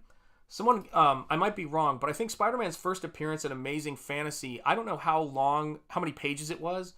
I think it was under 20 pages. I think Steamboat Willie, which launched Mickey Mouse into superstardom, was on 7 minutes and 45 seconds. That's imagination. That's hitting it out of the park. What is up, 40% Zed? It is great to see you, my friend. Hail to you. Yeah, people actually liked Marvel would only give rights if it was new characters and designs they approved of, like Miss Marvel, etc. So Dev said no. Yeah, oh, I know what you're saying. Yeah. Yeah, you haven't begun to become self-conscious yet, man. Yeah, fighting games got hit with... yeah, that's right. There you go. Plenty of shirtless men. Yeah, it's totally true. It's about 12 pages, if I recall correctly. That is insane if it's true. Yeah, it's not long at all. And every single issue of that book, which is very short, it's like, here's Dr. Octopus. Here's his entire story. Iconic character for the next, like, what? How many years? 60s to now is about, like, what, 80 years or so, or just under? Think about that for a minute, guys. That's what I think about when I step up to the creativity and imagination plate when I do this stuff. I think about those characters. I think about Doc Savage. I think about Snow White. I watched Snow White the other day, the only Snow White movie I think that will ever be. If someone comes along and does a great Snow White flick, that they've earned their success, because Walt threw it down, man. But I was watching that the other day, and I was watching particularly at the climax of the film with the witch, the Wicked Queen, when it's raining on the stones in hand-drawn animation, the water's running down the cliff, and I went, this is bonkers. It is absolutely bonkers that these animators did that, and that she's so convincing and so real. And I mean, my God, it's beautiful. One of the greatest films ever made. And of course, they shouldn't be retouching it. They should be re-releasing that film. 4K. Shoot, even have a 3D release of that animation. That would have been money way better spent. Because you don't remake perfection. You don't do it. It's dumb. Yeah, it was a kind of religious experience reading it, the original comic. Yeah. When I was in college, I got the Marvel Masterworks soft cover with the sort of black cover and that Amazing Fantasy inset in it. And I just went through it and I went, oh, wow, they created all this stuff in like a couple of issues. It's incredible. Yeah, the rotoscoping for Snow White is amazing, 100%, but my favorite Disney movie is Fantasia. Fantasia, Night on Bald Mountain.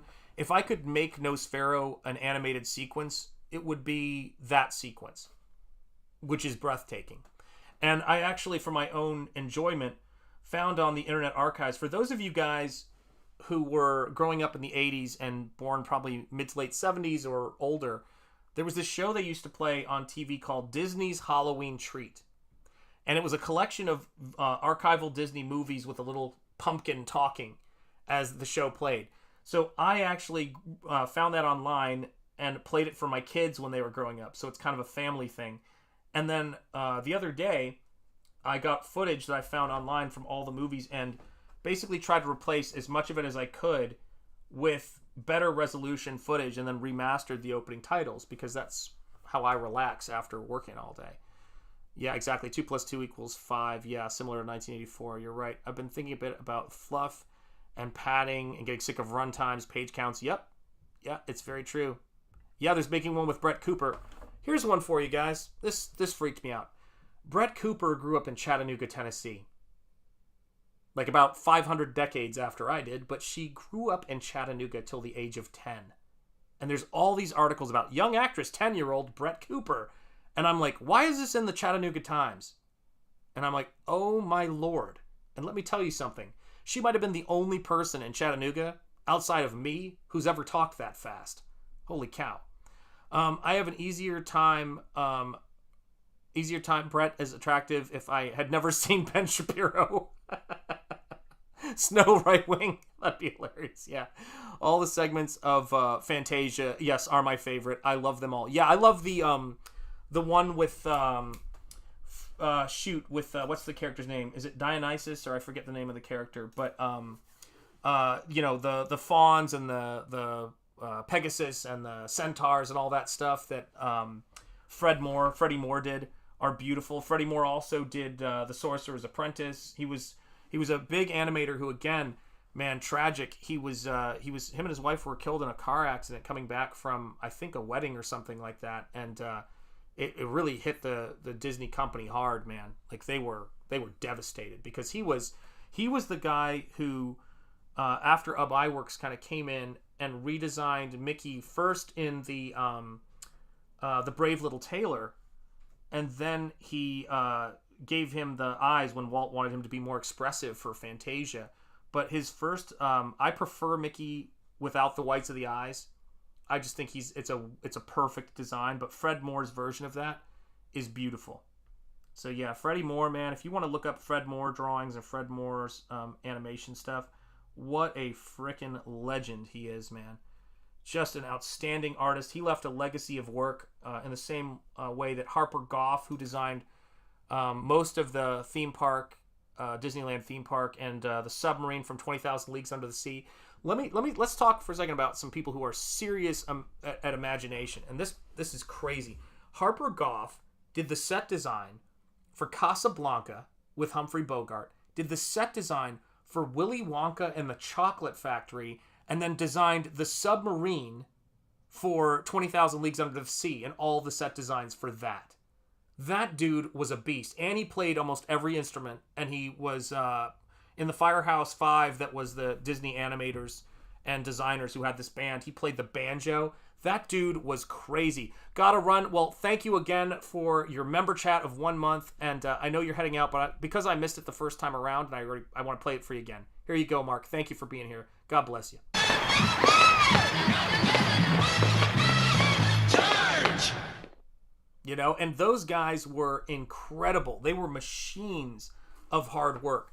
They didn't just do one or two things. They did everything. In a lot of ways, I think that Comicsgate creators are sort of the heir to that, because we have to think about things like printing, and we have to think about things like the story and the writing and everything, and creating characters out of the ether.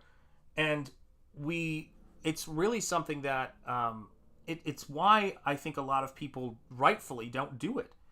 It's a ton of work. It's a ton of work and a ton of pressure. And there's, you know, for me to handle one aspect of what I'm doing, I have to stop doing the other aspect. So you're continually trying to keep all of those plates spinning, and you have to have a high tolerance for, in some ways, as we say, giving certain stuff up to God, so that you can just work, you know, so that you can just, you know, get stuff done. And sometimes, you know, I have to remind myself, I'm like, you know, going, all right, like my brain has hit critical mass in terms of the amount of things I can think about. I need to take some time to focus on this, or take some time to focus on that. And it's been really great to kind of get back into the streaming thing, because I needed to get myself centered so that I could do this stuff, because, you know, I'm talking about printing and color correction and all of that stuff. So now having the books, it's like, how do I put this? I'm not good at doing laundry. I do laundry, but all of my clothes, you can throw in the same thing. What's up, Bordeaux? It's great to see you, my friend. I have like black t-shirts, jeans, all my clothes goes in under the same setting. It's crazy. But if you give me an entire house, just all hard surfaces, like, you know, countertops and everything, and you need me to clean it from top to bottom, I can do that all day. I've got no end of energy for that kind of labor, for just hard work. I can clean, I can do all that stuff. I can't cook, but if you want me to make pancakes and I can follow, you know, baking instructions, I can do that, but I can't cook. My brain just stops. This is where I cook. This is where I cook, is on this artwork. When it comes to writing, all that stuff, my brain hits a wall there. So to me, it's those things that are in that complicated area that is between, you know, playing the violin, painting, streaming and carrying on a conversation, and just raw kind of physical labor that trip me up the most and take the most out of me, if that makes sense. You know, it's craziness. Yes, they did edit out the racism from the, yes. Well, it's worse than that, actually. It's in terms of just editing. You can find, someone has remastered Song of the South from an old 35mm print, just like somebody did. And I don't hate the special editions of Star Wars. I don't hate the prequels. Everything George did on those movies, I'm interested in, just to put a base coat of that down. However, someone remastered in 4K the original Star Wars movie. And it's so great because it shows you, not in terms of like it's because it's cinematically better or whatever else. It's because it shows you how little he was working with and what he made with how little he was working with. Because you can see through so much of those effects. And that's fine. That's always going to be the case. It's a masterpiece because of the stuff that happens in it. So I went back and I was watching Mickey's Parrot, which is a short film where Mickey, there's a killer named Butch. He's out on the loose, and a parrot comes in and starts repeating the radio, and Mickey thinks it's the killer, and he goes around through the house with a shotgun, as the story. They've replaced it with him pointing a broom. A 1930s and 40s cartoon. They've censored it so that he's carrying a broom, and I'm like going, this is sacrilegious. This is just horrendous. Like, this is so awful. And I can't believe they do that. And granted, someone's going to find all this stuff. People are holding on to their hard copies of this stuff. And it will survive, but only in the hard copies. If you trust Disney to archive its own history, I wouldn't, frankly, until somebody new gets there. I'm surprised that, you know, they've, I'm surprised that they haven't erased as much as they can. Yeah, it's appalling, Arumafe. It is absolutely appalling. You know, it's rough, man. Yeah, Pander Park strikes again to the point. Yeah, exactly. Yeah, Pander Park, that's going to be great. That, I cannot wait for that episode of South Park to come out, because these things are historic artifacts, and they're beautiful, and history is cool, and I can't stand when people go, oh, I can do better than history. And I go, first of all, just do better first. First, do something worthy of note. I like to stand in awe of what people accomplished. You know what I mean? I mean, I don't think I could live in the 18th century, let alone be an accomplished blacksmith or engraver or anything like that, because I run on high fructose corn syrup. How would I do it? I don't know. These are answers I don't have, everyone. These are answers I don't have. You know? What concerns me is less the disrespect of changing things than the warping of reality. That's it, isn't it? It's the warping of reality. It's like, are you sure you remember it that way? It's like, yeah, I do. Yeah, I think I do. Actually. And that's where you have to kind of like, you know, hold the line and make sure that you what's the word I'm looking for? That's where you have to kind of make sure that you're preserving this stuff as physical media. It's like the folks who got the 35 millimeter print of Star Wars and remastered on their own. The tech is there for us to be archivists and preserve these things. It's absolutely there. I gotta flip this upside down just to check it. Yeah, there you go. Dang, this is one of the better Phantomas paintings I've done. So, shout out to the head sketch, future head sketch owner. Man, it's looking good. Got it. Hey, what's up, Shipper Militia channel member? It's great to see you, brother. How you doing, man? And so here's the crazy thing. I actually wrote to the Criterion Collection the other day because I want them to remaster the movie Tarzan and His Mate. You can find it online. It's a pre-code movie. There's a sequence that Ted Turner restored of nude swimming scene with Maureen. Oh gosh, I forget her name. O'Sullivan, Maureen Sullivan and Johnny Weissmuller, who was like the heartthrob Tarzan that led to all of the heartthrobbery. That sounded really wrong. It's a great flick, but I keep looking at, they have like, she's fending off tigers and lions with a spear, and there's like, I'm sure there was glass between them or whatever. And I'm like going, I want to see this in HD. I want to see the matte paintings. There was like real wildlife fights and stuff. It was completely pulp, completely off the hook. You can find it on the Internet Archive, and it's really cool. It's worth a look. But I would love to see that Blu-ray caliber. And now that they have all this technology where you can take DVD resolution with AI and bring it up to speed. Okay, so is everyone all right? It's the oil people. Oh, that's fine. I just was making sure they were still here. Sorry, they're doing work outside the house, and it sounded like someone was chainsawing through the wall. It was great. Yeah, my heart is... Sorry, you're absolutely right, man, yeah. And that's the other thing that was kind of interesting about those times, right? When you watch those flicks, I brought up that movie, and half the audience disappeared. Everybody went over to the Internet Archive, you know? If the Texas Chainsaw Massacre, if Leatherface comes through the wall, guys, don't be surprised. But yeah, they're doing some work on the house right now. They're installing a generator, which is nice. So I'll be able to keep the home fires burning for you guys when I stream. But it's when I did that funny, what's it called? Muggsy Rats video. I was using Johnny Weissmuller for the cardboard body that Muggsy's standing behind. And it was hilarious. Yeah, Thumper is getting fast, says John. Yeah, the bunny also thumps. Yeah, I'll be careful, guys. I'll be careful. Look, if it happens, it happens. You know, remember me how I was, wild and free. But it's craziness, man. Because whatever happened to putting beautiful people on screen, beautiful people in their prime, doing great stuff. I don't want to see me as Tarzan. And I hope to God I'm not living in a world where other people want to see that. Because seriously, have standards. For heaven's sake. You know, but there's so much potential. And women went to the movie theater and packed the movie theaters because they wanted to see Johnny Weissmuller. And they were like, oh, I want to see him run around. And the fellas could go along because they wanted to see her. And right after that, the pre-code version... Oh my gosh. I'm like picturing that scene that we were laughing about. Cecil always laughs about of Leatherface dancing in the highway. at the end of the at the end of that movie, man. Holy cow. But yeah, I mean, I miss that. I miss seeing beautiful people. I'm tired of seeing you know, frankly, that's what the early Marvel Phase 1 was. It's like, ladies, I know how I can get your you know, fellas, I know how we can get your girlfriend to want to see the newest superhero flick.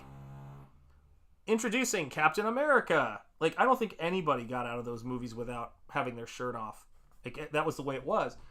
And you had, in addition to that, you had Scarlett Johansson as Black Widow, and if, you know, that was your thing, you know, you were into it. There was an audience that was into it, that wanted to see her in a movie and all of that other stuff. And then they just took a hard sort of, you know, left turn. And it didn't make any sense anymore. And that's what I love about that stuff. I keep asking my wife where all the hot actors and actresses are, only on the Hallmark Channel. Yeah, it's crazy, man. Yeah, none of what these pretenders say is in the Bible, or they've twisted them beyond recognition. Yeah, 100%. Yeah. Yeah, exactly. Beautiful people. That's racism and sexism or something.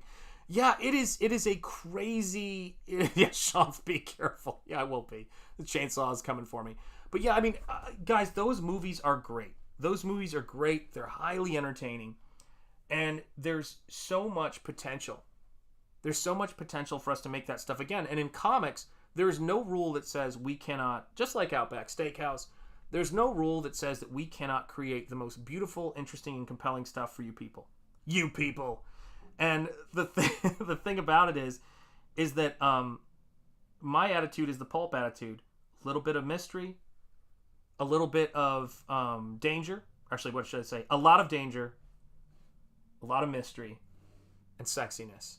That's what makes it work. And that is what I do. And these characters that's what they're about. You're going to enjoy this book. It's a beautiful thing. It's been, you know, such a joy making this for you guys. If you had asked me a couple of years ago what I would be doing, I would say, I'm going to be teaching college. You know, I'm going to be doing, you know, this particular thing. And we've kind of upended our life to make sure that we could bring something great into this space and to help shore up this space by making, you know, I think I remember hearing Ethan say one time, we don't need to make more comics as much as we need to make better comics, in the sense of, and again, when you introduce Spider-Man or Mickey Mouse to the world, the audience is desperate for more of it because you created it and it's great. You show it to the world and it's great, and then it becomes an engine in and of itself. But a lot of episodes of Flip the Frog, which are also really well animated by Ub Iwerks, but there's a reason we're not talking about Flip the Frog, even though Ub Iwerks animated it, or Felix the Cat, Felix. I love Felix the Cat, to be honest with you. But the reason why that character is iconic is because it was great. It was to the point. It got it done. We're still talking about those Tarzan movies. We're still talking about Casablanca. Look at the running times on these movies. You shouldn't have to spend a lot of time trying out a bad idea. You should take an idea, bring it to its conclusion as fast as you can. Actually, I'm going to speak for myself. I don't want to speak. I hate should stuff and you people, you know, should do this or whatever. I want to make sure I get my ideas out there in as concise and beautiful and fantastic way as possible. And you guys can get a chance to just experience it, because that's, you know, life's short, make beauty, bring cool stuff in there. And I never think about page count or all that stuff when I'm thinking about the greatness of books. And the more I do think about it, I look at things like Amazing Spider-Man. I'm like, are you serious? Oh, thank you, man. I love Blacksmith. Well, that's why all this Iron Age stuff's important. So I've decided, and I blame Shane for this because it was a joke that got to the wrong person. And I try to blame Shane for everything I can. Especially I blame him for his genius. But the thing about this is when Shane started talking about trains, and you know me, I am actually obsessed with trains. Shane's just trying to be a great father. I'm just a crazy person. I decided that my official cap of the Iron Age is going to be the engineer's cap, because the train cap, because I think about shoveling coal, I think about all of that stuff, and I'm actually designing. I reached out to these people, right, and I said, can you do any logo on this little leather patch that goes on here? And they said, yes, we can. And I went, I'm going to create an Iron Age logo. I'm still working on it because, okay, so the way these hats work, guys, I'm going to show this to you, is that, you know this with leather patches, you can't have too much detail on them because it's embossed. And if you do too much detail, it'll get blown out. So I've got to design at a different kind of, hello off camera. I've got to design at a different resolution for this. And I really want to do that because I think it would be so fun, you know, and then people could get their names printed on it, you know, and I think what it's going to say is I'm going to do a logo and it's going to say Smithy. And then you could have your name put on it, customized, you know, it's like Smithy name. And so these are the things I think about late at night. And just like with the Comicsgate videos I did for Ethan or anything else, I want this stuff to be fun. You know, I want this stuff to be as fun as it is. Yeah, it looks like a woodblock print, and it's clearly been embossed on there, which is really cool, Rumafay. Iron Age caps, a bit different. Yeah, I mean, I think it'd just be fun. You know? Yeah, Shanth goes after it, hammer and tongs. That's right. That's how I do it. Oh, man. You guys are cracking me up. What's up, Joseph Dredd? It's great to see you. Hail, y'all, and hail to you, my friend. But because I was doing a lot of blacksmith art for Iron Age art, which I'm also going to make available as t-shirts, prints, and everything like that. How do I word it? It's Mike Bancroft knows what I'm talking about. It's not lower resolution. I mean, the image has to be more simplified is what I'm looking for. So I can't do all of that really tight line work and rendering I did in the Iron Age logo. Like I'm doing on, I'm doing a CG, like shirt design for myself. And I'm going to, but I'll run it by Ethan. If Ethan wanted to do something with it, I'd be totally great with that. But I'm doing this this design so that, you know, it's very ornate and cool because I wanted to do something for the shirts. And the thing about it is that that stuff I can get as intricate as I want because, man, the print quality on these new shirts is crazy what you can do.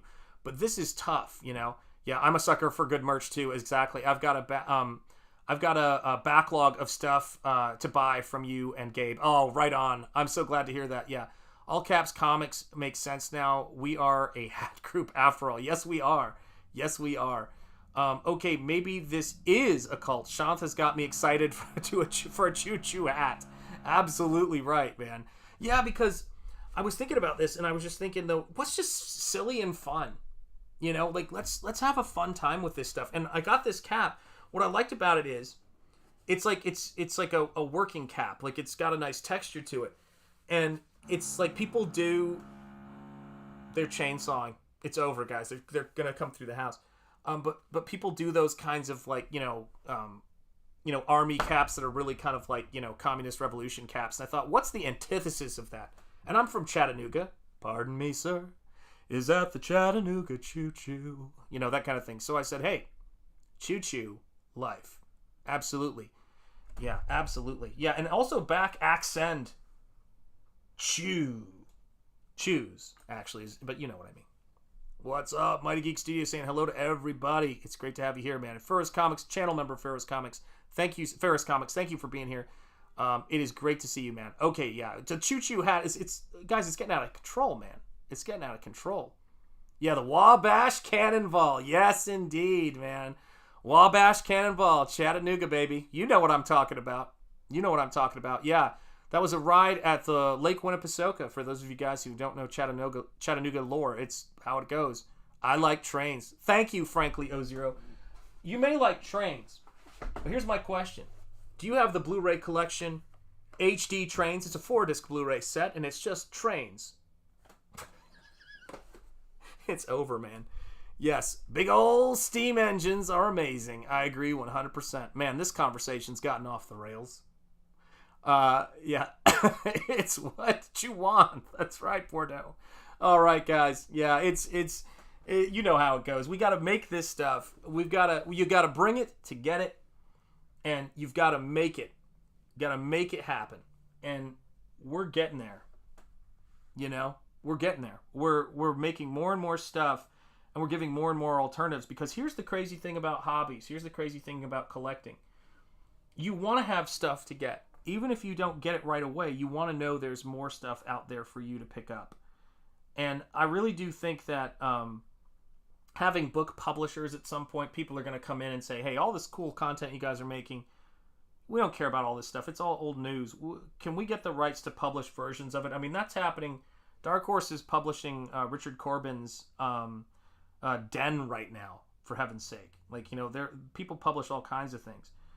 And it might not be, granted, it'll probably be book publishers, but at some point I really do think that this work that we're all having to do ourselves right now, there are going to be people who come along who are industrious and business-minded, who want to make sure that the stuff gets out there to a bigger and bigger audience. But right now, with you guys, this is the grind. This is what we're doing. I moved from Minnesota and now live in Greenback, Tennessee. Shout out, man. Shout out to you. Go Vols.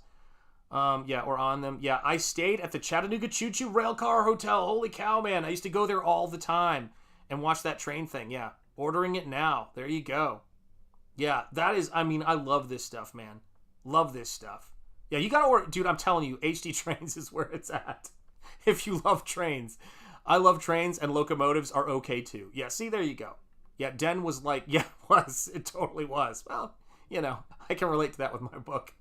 Yeah, it was crazy, man. You begin with a raw idea, shape it with pencil and ink, sometimes color, polish it razor sharp to perfection. And that, like, there's a lot of folks, places up here where you can go and you can see people working in, like, 18th century methods and, like, blacksmiths and things like that. And I like to watch people doing, David A. Smith does reverse glass work with gold leafing. I love watching all of that stuff.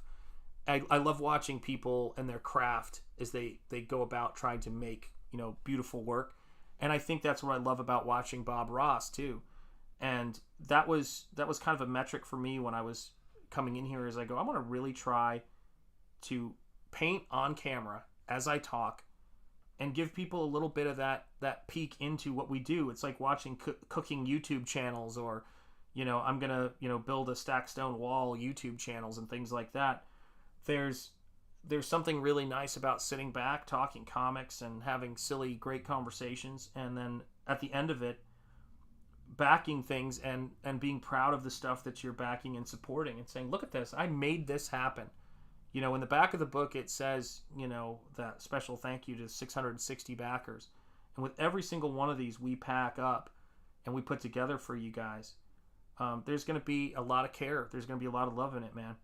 Because we're really grateful for you guys.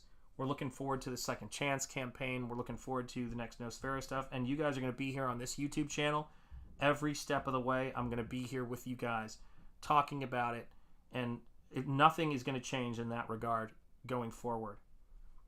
I'm going to still be here. I'm going to still be streaming. And I'm going to still be connecting with you guys. And you guys will have the heads up on all of the future stuff. Those of you guys who are subscribed, channel members, all of you guys keep the lights on, you keep it working, you keep Leatherface at bay, which is always important, man. Always important. Yeah. Oh wow, cool. Hold on a second, I just saw this. Come to the Chicago Rail Hub. Yeah, if I go, there's a convention in Chicago that I really think Shane Davis should go to, but I'm not gonna tell him what he has to do with himself. He's got a young one, which is a big thing. But it's called G-Fest, and it's a Godzilla and Kaiju festival. And I think selling Inglorious Rex there and showing that to people, and showing people go to these things and they buy like these vinyl Godzilla figures and models and things for like hundreds of dollars.